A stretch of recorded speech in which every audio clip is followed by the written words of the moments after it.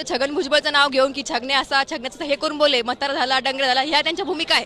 तुम्ही त्यांच्या मागच्या पोस्ट बघा, अगोदर ह्या पोस्ट केले, एका महिन्यापूर्वीच्या अशा पोस्ट आहेत आणि एका महिन्यात असं काय घडलं की संगीता वानखेडेचं झालंय काय ते नेहमीच सक्रिय असणाऱ्या माजी सरपंचाची मुलगी मीराताईंच्या ह्या पूजा तारक आहेत आणि त्यांच्याशी संवाद साधूया. पूजाजी, तुम्ही बघितलं असेल की ह्या लढ्यामध्ये तुम्ही कायम पहिल्यापासूनच आहात आणि या लढ्यामध्ये जी काही संगीता वानखेडे नावाची बाई होती ती आंतरवालीमध्ये कधी आलेली तुम्हाला पाहायला मिळाली का? एकतर संगीता वानखेडे ह्या कधी आंतरवालीमध्ये आल्याच नाही किंवा जेवढे काही पाटलांचे दौरे झाले, पहिला असो दुसरा असो, कोणत्याच दौऱ्यामध्ये त्या सामील नव्हत्या. त्या आमच्या ताफ्यामध्ये कधी नव्हत्या.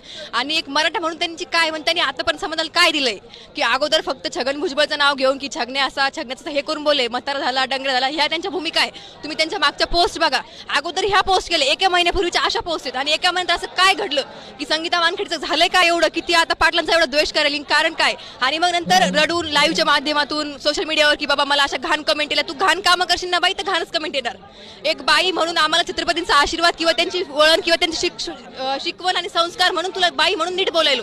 तू जर समोर येऊन दाखव मला, इथं ये, तू किती वेळेस आली, किती वेळेस तू दौरे केलेत पाटलांच्या सोबत, तू किती वेळेस राहिली, पाटला स्वभाव तू किती, म्हणजे तुला माहिती किती पाटलांबद्दल, काय माहिती तुला? आणि जे बोलून गेले अजय बावस्कर, त्यांनी पाटलांच्या मुलीबद्दल बोलले, ते लहान लेकरू आहे. आपण लेकरं म्हणजे देवा घरचे फुलं म्हणजे तिच्या वडिलांबद्दल तिला कुठल्याही मुलीला, मी एक मुलगी, मला माझा बाप देव